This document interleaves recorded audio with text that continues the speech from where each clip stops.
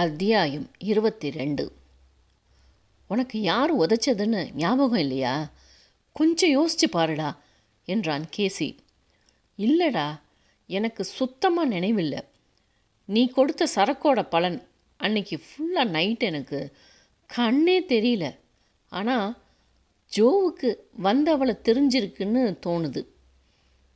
அவள் யாருன்னு தெரிஞ்சால் கண்டுபிடிச்சிருக்கலாம்டா. ச்சே, இந்த மகேஷ் வேற எதை கேட்டாலும் முழிக்கிறான். அவனை என்னவோ பண்ணியிருக்காங்க. எனக்கு என்னவோ யாரோ நம்மளை தொடர ஆரம்பிச்சிருக்காங்கன்னு தோணுது. அதெல்லாம் ஒரு மண்ணும் இல்லை.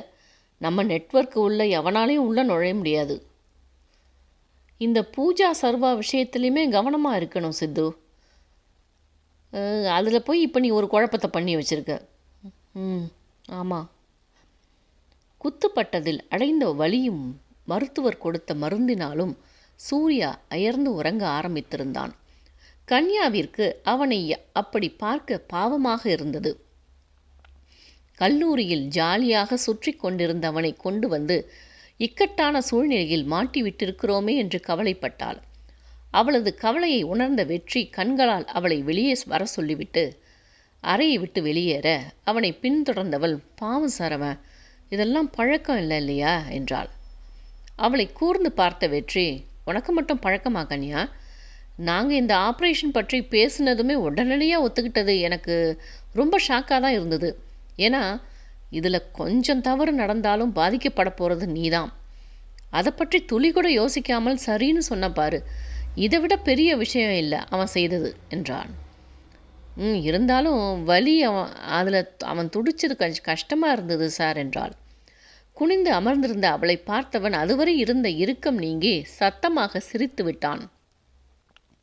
அவன் சிரித்ததும் என்னவென்று புரியாமல் கன்யா நிமிர்ந்து பார்க்க மேலும் எழுந்த சிரிப்பை அடக்க போராடி கொண்டிருந்தான். சார், எதுக்கு இப்படி சிரிக்கிறீங்க? இல்லை, இந்த லவ் பண்ணுறவங்கெல்லாம் ஏன் இப்படி இருக்காங்கன்னு நினச்சேன். அவனை முறைத்தவள், நீங்கள் கூட தான் லவ் பண்ணீங்க, உங்களுக்கு தெரியாததா? சிரிப்புடனே, உங்கள் அக்கா வாணியை போய் கேளேன் எங்கள் லவ் ஸ்டோரியை என்றான் சற்றே இயல்பாகி. அதற்குள் அறைக்குள் இருந்து முனகல் சத்தம் கேட்க வெற்றியை மறந்து அவசரமாக அங்கே ஓடினாள். அதை கண்டு தனக்குள் சிரித்து கொண்டவன், காதல் படுத்தும் பாடு என்று சொல்லி கொண்டான். சூர்யா நன்றாக உறங்கி எழும் வரை அங்கிருந்தவர்கள் அவன் எழுந்ததும் கன்யாவையும் சூர்யாவையும் அனுப்பி வைத்துவிட்டு அவர்களுக்கு தேவையான இன்ஸ்ட்ரக்ஷன்ஸ் எல்லாம் கொடுத்து அங்கிருந்து சென்றான். அவன் தங்கியிருந்த இடத்திற்கு அழைத்து சென்றாள் கன்யா. அவர்களின் வரவை கவனிக்கவே மாலில் பின்தொடர்ந்தவர்கள் அங்கு காத்திருந்தார்கள். அவள் அவனை இறக்கிவிட்டு செல்லவும் உடனே கேசிக்கு தகவல் பறந்தது. கன்யாவும் சூர்யாவும் தாங்கள் கவனிக்கப்படுவதை உணர்ந்தே இருந்தார்கள். சூர்யாவிற்கு தாங்கள் போகும் பாதை பற்றி உள்ளுக்குள் பயமாக இருந்தது. கேசியிடம் நேரடியாக நெருங்கும் போது கன்யாவிற்கு பாதிப்பு ஏற்பட வாய்ப்புகள் அதிகம் என்பதை எண்ணி பயம் எழுந்தது. கன்யாவும் அதை பற்றித்தான் நினைத்து கொண்டிருந்தாள். சூர்யாவை குத்திவிட்டு சென்றவனை பிடிக்கப் போகும்போதுதான் கவனித்திருந்தாள் சித்தார்த் ஒரு ஜூஸ் கடையிலிருந்து அவசரமாக வெளியேறுவதை. அவன் ஏன் இந்த சம்பவத்துக்கு காரணமாக இருக்கக்கூடாது என்கிற பாதையில் பயணித்தது அவளது மனம். உடனே சர்வாவின் எண்ணிற்கு அழைத்தவள், ஹலோ சர்வா, நான் ஒரு விஷயம் கவனித்தேன் மால்ல என்றாள். படுத்திருந்தவன் அவசரமாக எழுந்து, என்ன கவனிச்ச என்றான். உன்னை குத்திட்டு அவன் ஓடும்போது சித்தார்த் ஒரு ஜூஸ் கடையிலேருந்து வெளியே போனதை கவனித்தேன். அவள் சொன்னதுமே அவனுக்கும் பொறி தட்டியது. அப்போ இதுக்கு காரணம் அவனாக தான் இருக்கணும் என்றான் பரபரப்பாக. சந்தேகமே வேண்டாம், அவன்தான். இன்னைக்கு அவனுங்க கூப்பிட்ட இடத்துக்கு போகும்போது கவனிக்கிறேன் அவன் எப்படி பிஹேவ் பண்ணுறான்னு என்றான் யோசனையுடன். அவன் அன்று கேசியின் இடத்திற்கு செல்வதை விரும்பாதவள், இன்னைக்கு வேண்டாம் சர்வா, உடம்பு இப்படி இருக்கிறப்ப ஏதாவது காரணம் சொல்லு என்றாள். நோ, இன்னைக்கு நான் கண்டிப்பாக போயே ஆகணும். நான் நினைக்கிறது சரி என்றால் இந்நேரம் கேசிக்கு எல்லா விஷயமும் சித்தார்த் மூலமாக போயிருக்கும். ஆனால் என் கணிப்புப்படி அவன் எதுவுமே தெரியாத மாதிரி கூப்பிடுவான். எல்லாம் சரிதான், ஆனால் இன்னைக்கு வேண்டாமே என்றாள் கெஞ்சலாக. என் வழி பெருசில்ல கன்யா. அவனை நம்பி அவனிடம் மாட்டின பெண்களோட வேதனை அதிகம். அதை தடுக்கணும்னா நாம் அதிகம் வேகம் காட்டணும் என்றான் கண்களை அழுந்த மூடியபடி. அவளோ சற்றே கவலை தோய்ந்த குரலில், எனக்கு ஒன்றை நினச்சி தான் கவலையாக இருக்குடா. நீ நல்லா இருந்தால் நான் எதுவும் சொல்ல மாட்டேன். நானே போன்னு சொல்லிடுவேன். நான் பார்த்துக்கிறேன். நீ ரொம்ப கவனமாக இரு கன்யா. எனக்கு உள்ளுக்குள்ளே பயமாக இருக்குது.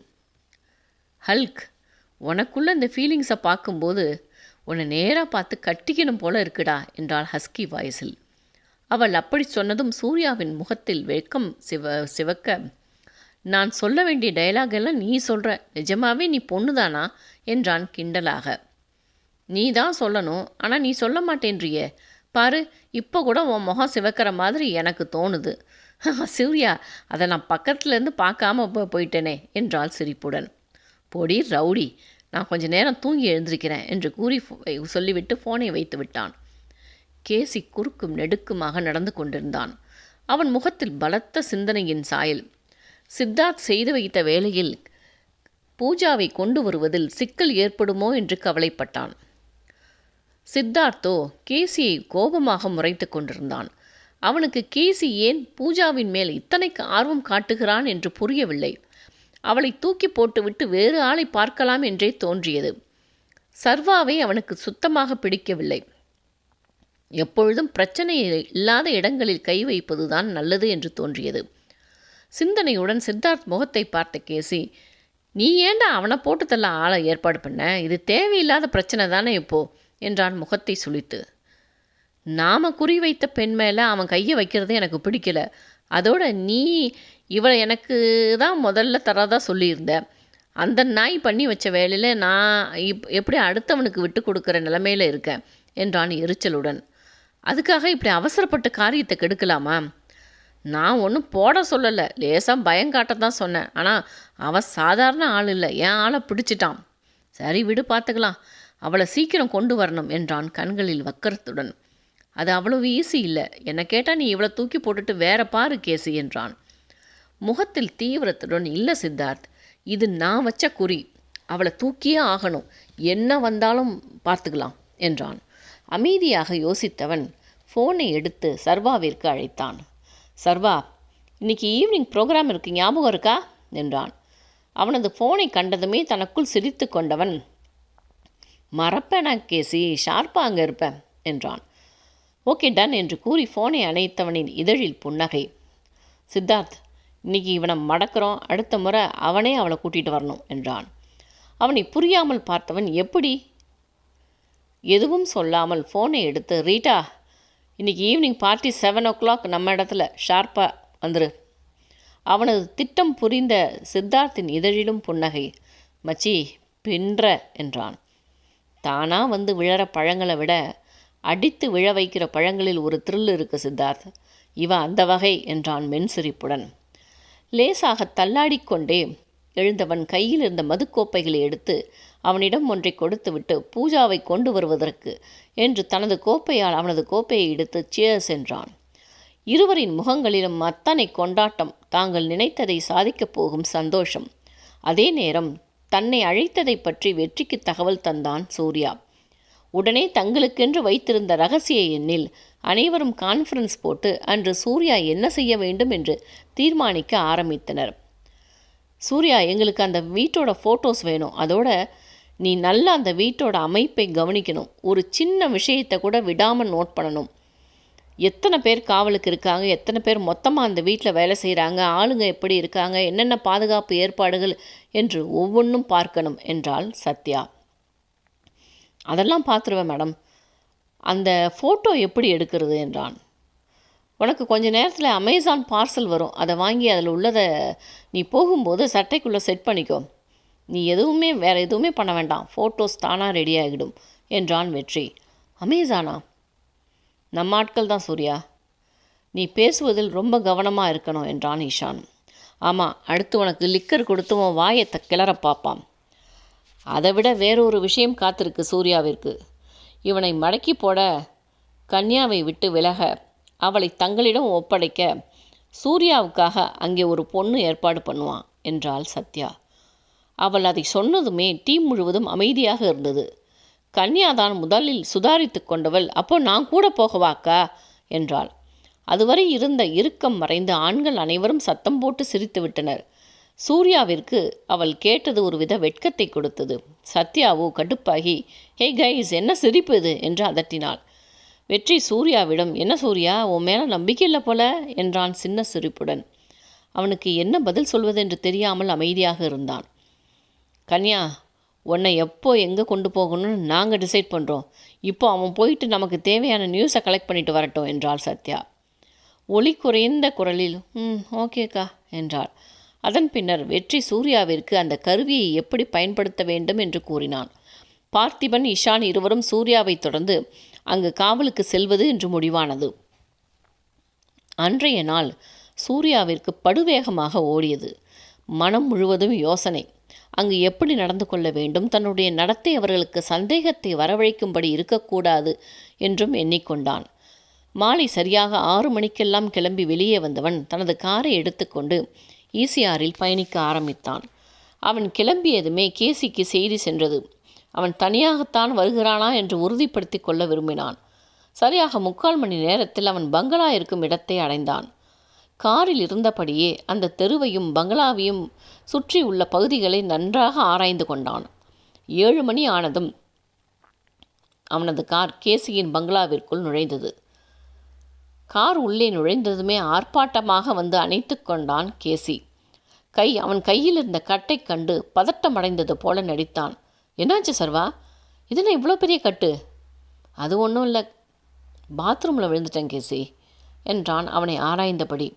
சொல்லியிருக்கலாம்ல, நான் இன்னொரு நாள் பார்ட்டி அரேஞ்ச் பண்ணியிருப்பேனே என்றான் வருத்தமான குரலில். இருவரும் நடந்து ஹாலிற்குள் நுழைய அங்கே சோஃபாவில் அமர்ந்திருந்த சித்தார்த் சற்றே அலட்சியத்துடன், வா சர்வா என்றான். கேசிக்கு அவனது அலட்சியம் பிடிக்கவில்லை என்றாலும் அவனுக்கு இதுவே அதிகம் என்பதால், சர்வா கையை பார் சித்தார்த் என்றான் கண்களால் லேசாக மிரட்டியபடி. அவனோ அப்பொழுதும் அடங்காமல், உன்னோட லவ்வர் உடைச்சிட்டாளா என்று கேட்டு சிரிக்க ஆரம்பித்தான். அவனது ஒவ்வொரு அசைவையும் சர்வா கவனித்து கொண்டுதான் இருந்தான். அப்பொழுது உள்ளே இருந்து புயல் போல ஒருத்தி வந்து கேசியை அணைத்து கொண்டு, கேசி டார்லிங், கெஸ்ட் வந்திருக்கப்ப என்னை கூப்பிட மாட்டியா என்றபடி சூர்யாவை கண்களால் அளந்தாள். அவளது பார்வை சென்ற இடங்களையெல்லாம் கண்டு அருவருத்து போனாலும் அதை முகத்தில் காட்டிக்கொள்ளாமல் கேசியை பார்த்தான். சர்வாவின் தோளில் கையை போட்டு தன் அருகே இழுத்தவன் ரீட்டாவிடம், இது என்னோட புது ஃப்ரெண்டு ரீட்டா, இவனுக்காக தான் இன்னைக்கு பார்ட்டி என்றான்.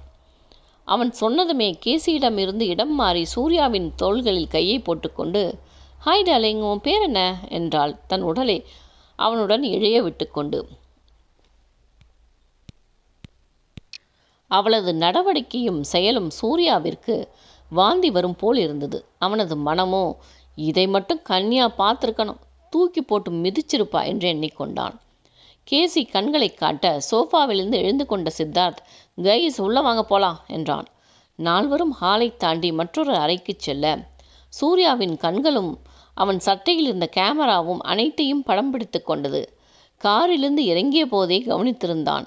வீட்டை சுற்றி ஆங்காங்கே யமகிங்கரர்கள் போல ஆட்கள் சுற்றி கொண்டிருந்தனர். அதோடு மட்டுமல்லாமல் ஆள் உயரத்திற்கு இருந்த நாய்களும் சுற்றி கொண்டிருந்தது. வீட்டிற்குள் 1-2 ஆட்கள் கண்ணில் பட்டார்கள். அவர்கள் ஒவ்வொருவரும் ஈஸியாக 5 பேரை சமாளிக்கக்கூடியவர்கள் என்று புரிந்தது. அவர்கள் அழைத்து சென்ற அறைக்குள் நுழைந்ததும் இருந்ததைக் கண்டு உள்ளுக்குள் வாயை பிளந்தான். அது ஒரு டிஸ்கோதே கிளப்பு போன்று இருந்தது. எல்லாமே பக்காவாக செட்டப் செய்யப்பட்டு மதுபானங்கள் பரிமாற அழகான யுவதிகள் காத்திருக்க டிஜே கேசியின் அனுமதிக்காக காத்திருந்தான். அவன் தலையசைத்ததும் அதிரடியாக பாடல்கள் ஒலிக்க ஆரம்பிக்க சர்வாவின் தோளில் கையை போட்டுக்கொண்டு அழைத்துச் சென்றான். வெளிநாட்டு மதுபானங்களிலிருந்து உள்நாட்டு சரக்கு வரை அங்கு கொட்டி கிடக்க தங்களுக்கு வேண்டியதை சொல்லிவிட்டு சர்வாவிடம் என்ன வேண்டும் என்று கேட்டு அவனுக்கு வேண்டியதையும் வாங்கி கொடுத்தான். சித்தார்த் வழக்கம் போல போதையில் மூழ்க கேசியின் பார்வை சர்வாவின் மீது படிந்து விலகியது. மெல்ல பேச்சு கொடுத்து பூஜாவை பற்றி அறிந்து கொண்டான். சர்வாவும் தனக்குள் சிரித்து கொண்டே முன்னரே தயார் செய்து வைத்ததைப் போல அவளை பற்றிய விவரங்களை கூறினான். இதன் நடுவே ரீட்டா சர்வாவின் மேலே விழுந்து தனது லீலைகளை தொடங்கினாள். அவளை தள்ளிவிடவும் முடியாமல் முறைக்கவும் முடியாமல் கடுப்பை வெளிக்காட்டாது போராடி கொண்டிருந்தான்.